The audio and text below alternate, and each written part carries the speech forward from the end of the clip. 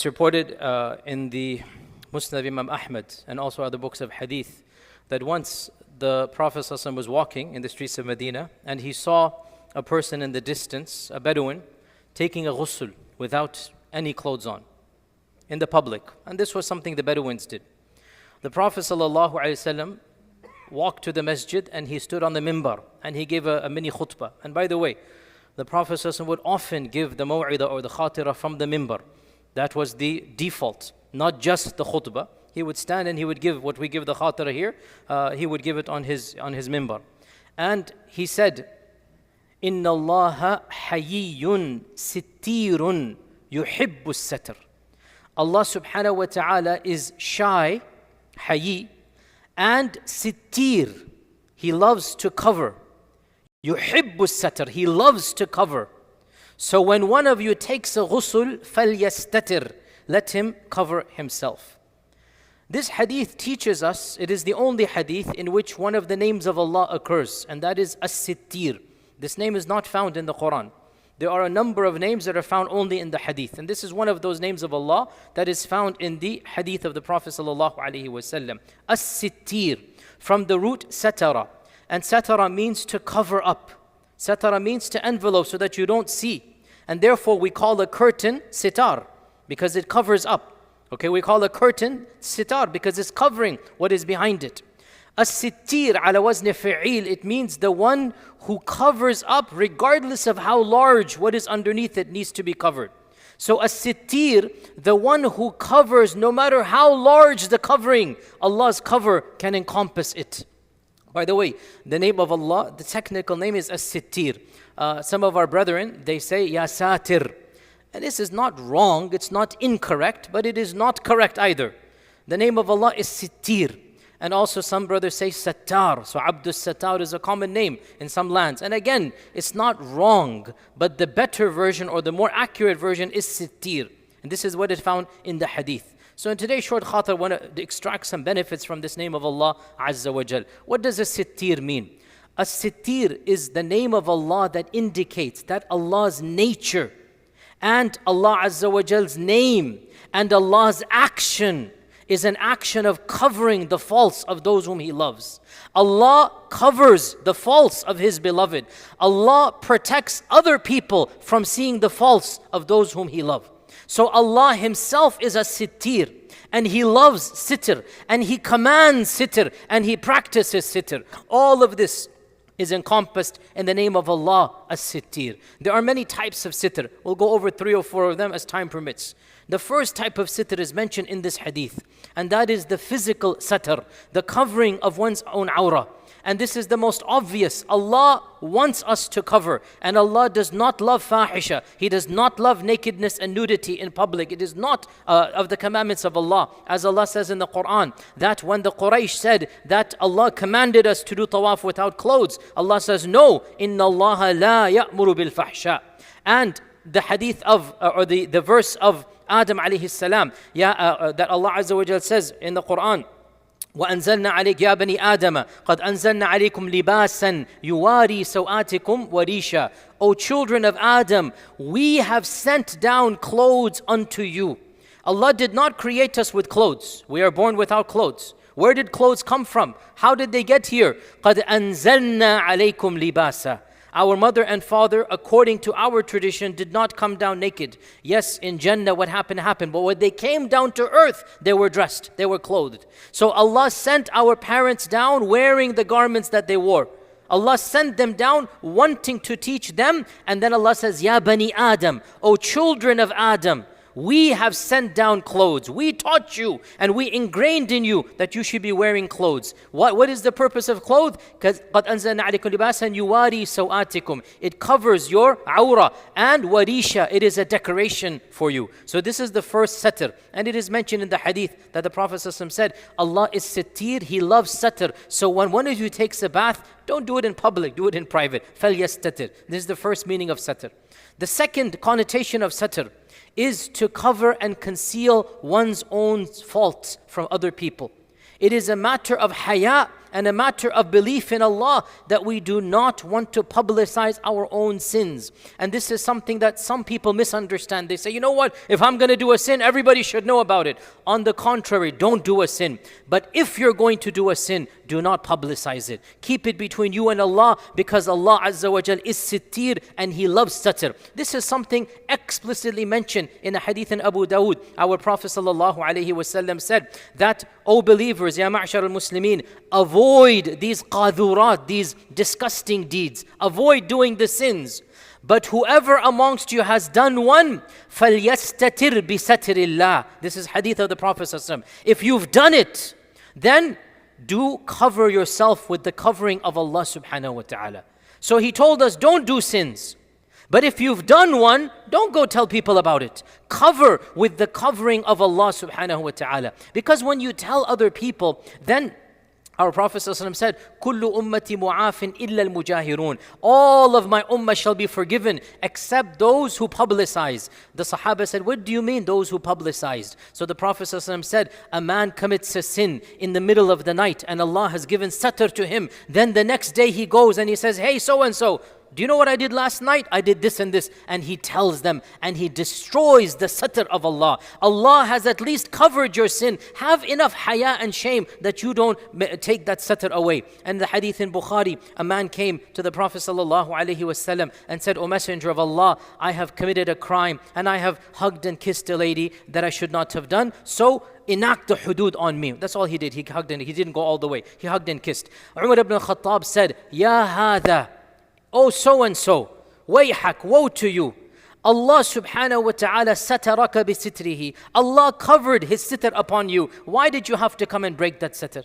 Why did you have to come and tell us in public, I did such and such? You did something, you don't have to come and tell us. It's something private. So this shows us if you do a sin that is private between you and Allah. We're not talking about a sin that is dhulm unto other people. That's a separate category. We're going to come to that. A private sin, you don't boast about it. You don't go and publicize it. You don't go and tell other people. It is Allah's nature, as-sittir. He wants sins to be private. He doesn't want you to commit sin. But if a sin has occurred, then between private and public, you choose private. This is the second meaning of sittir. And the third meaning of sittir, or the third connotation, is if you see another person commit a sin that is a private sin between him and Allah. It does not involve the huquq of the ibad. It does not involve the huquq of the community. If you see a person committing a sin that is private, smoking, drinking, consensual thing that might happen between two people, if you see that, then you give them nasiha privately. You tell them to fear Allah privately. But unless the community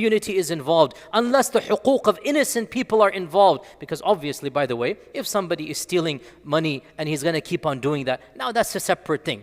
If somebody did something that is a crime against humanity, that's a separate thing. We're talking about a private sin, a slip up that is between a person and Allah subhanahu wa ta'ala. Nobody else is affected. The community doesn't need to know. Our Prophet sallallahu alaihi wasallam said, Man satara ala akhihi al-Muslim. Whoever covers the faults of his Muslim brother. Satara. Whoever covers the faults of his Muslim brother in this world, Allah Azza wa Jal will cover his faults on the day of judgment. This is an authentic hadith which contradicts completely the culture we live in right now. This culture that we live in, it loves gossip.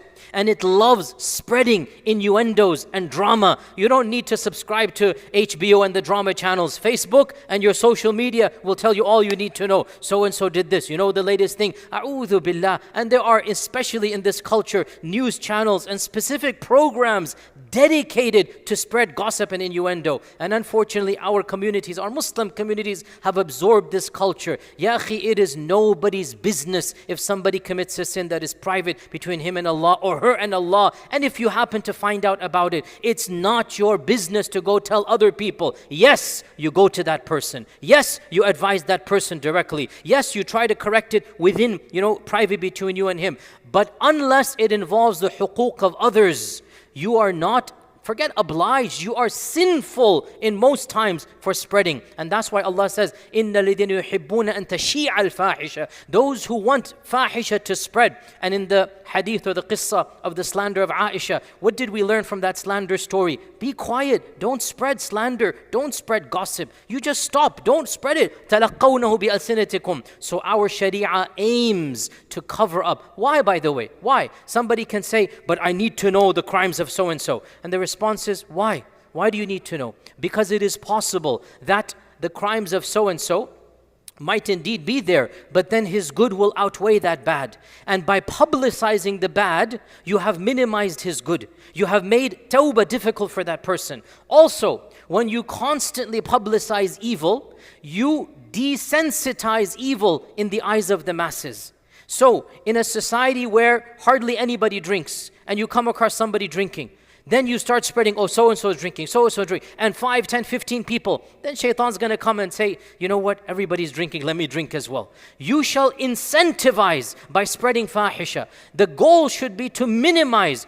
Don't speak about it publicly. And the same goes as well when you spread the sins of other people. Shaitan comes and gives you an ego boost. Because one of the goals, by the way, of gossip, and this is well known, psychology, one of the goals of gossiping is it makes you feel good by speaking about the faults of other people. And that's not ethical, that's not shari'i, that's not Islamic. Kibr, arrogance is of the greatest crimes. You know what our Prophet ﷺ said? Hadith is in Abu Dawud. Listen to this. Our Prophet ﷺ said that, O groups of people, meaning the Bedouins, who have embraced Islam with your tongues, but your hearts are not yet Muslim, fear Allah and do not follow the mistakes and sins of the believers. وَلَا تَتَّبِعُوا عَوْرَاتَ الْمُسْلِمِينَ. Do not follow and expose the mistakes of the believers. For whoever exposes the mistakes of his brothers, Allah will expose him and humiliate him, even if he is in his house without any witnesses. Allah is going to expose him. This is a hadith of the Prophet ﷺ.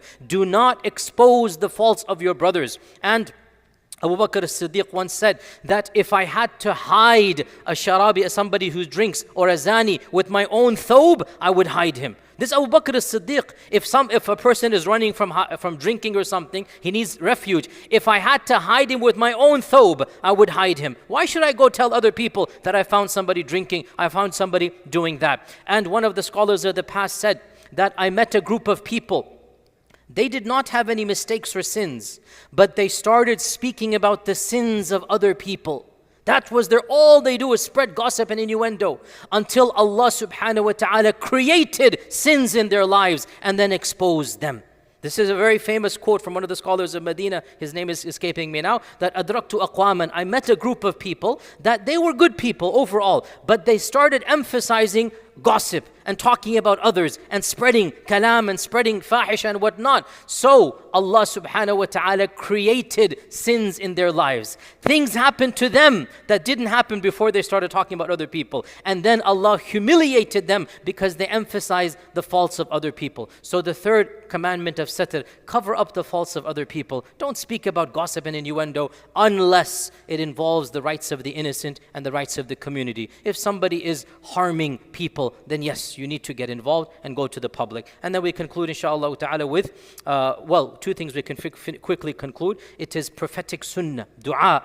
Hadith in Abu Dawud, of the du'as of the Prophet sallallahu alaihi wasallam, he would say, Allahumma astur awrati. He would make dua to Allah, oh Allah, cover my weaknesses and my awrah. Awrah here isn't just your physical nakedness, it is also the spiritual. Allahumma astur awrati. We make dua to Allah that our faults, our dhunub, our sins are covered. We don't want people to know our sins. We don't want them to know. And we ask Allah the sittir to cover our sins. One of the scholars of the past said that if sins had a smell, then none of you would sit in my vicinity because my sins would spread to all of you by smell. But Allah has covered me with His satr. Allah has covered me with His satr. This is the reality of what satr is. So of the prophetic du'as, Allahumma astur awrati. Oh Allah, conceal my mistakes and my awrah. And the final hadith will conclude with beautiful hadith about satr. And this is what we strive for. When we cover our own awras and we cover our own sins and we cover the sins of our brothers, what is the fruit of all of this? The final hadith in Sahih Muslim.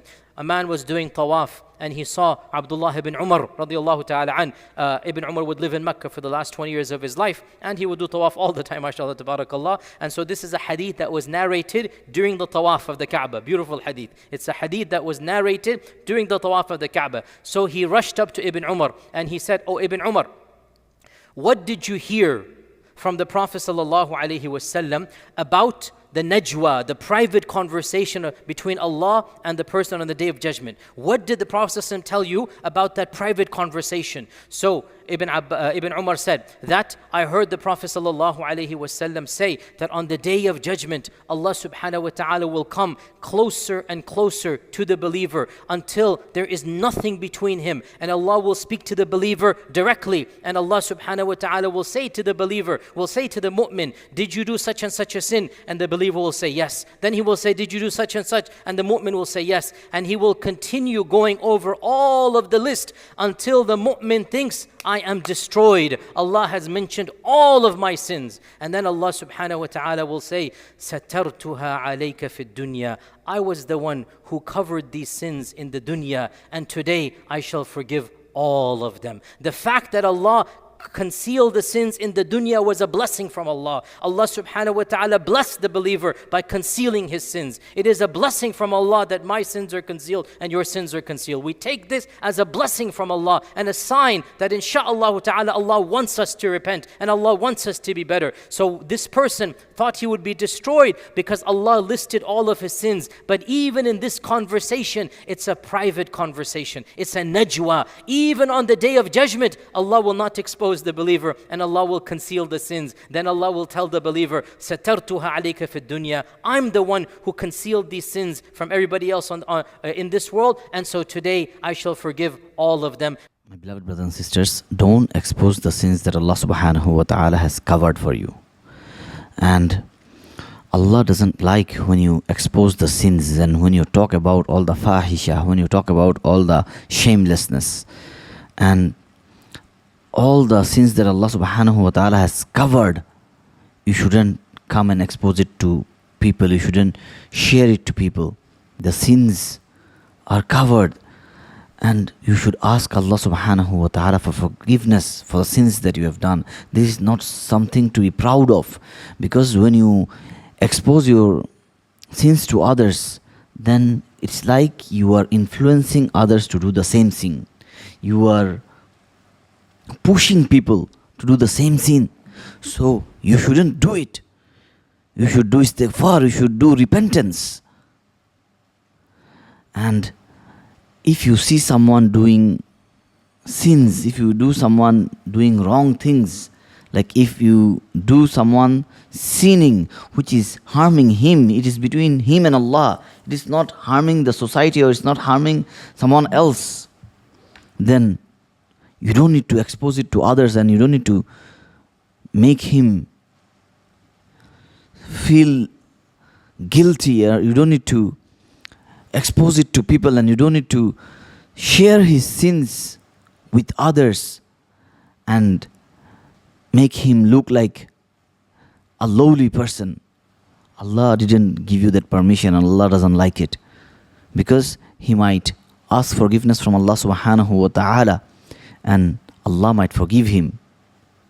But because of you exposing him, Allah might not forgive you. So don't do that. Don't expose others' sin. Keep it hidden. Keep it secret. Allah subhanahu wa ta'ala will protect you. Otherwise, Allah might expose your sins, and Allah might expose you. So be very careful about it. May Allah give us the understanding of this deen. May Allah protect us from sinning, and may Allah hide and cover up our sins, and may Allah forgive all of our shortcomings, and may Allah grant us Jannatul Firdaus al-A'la.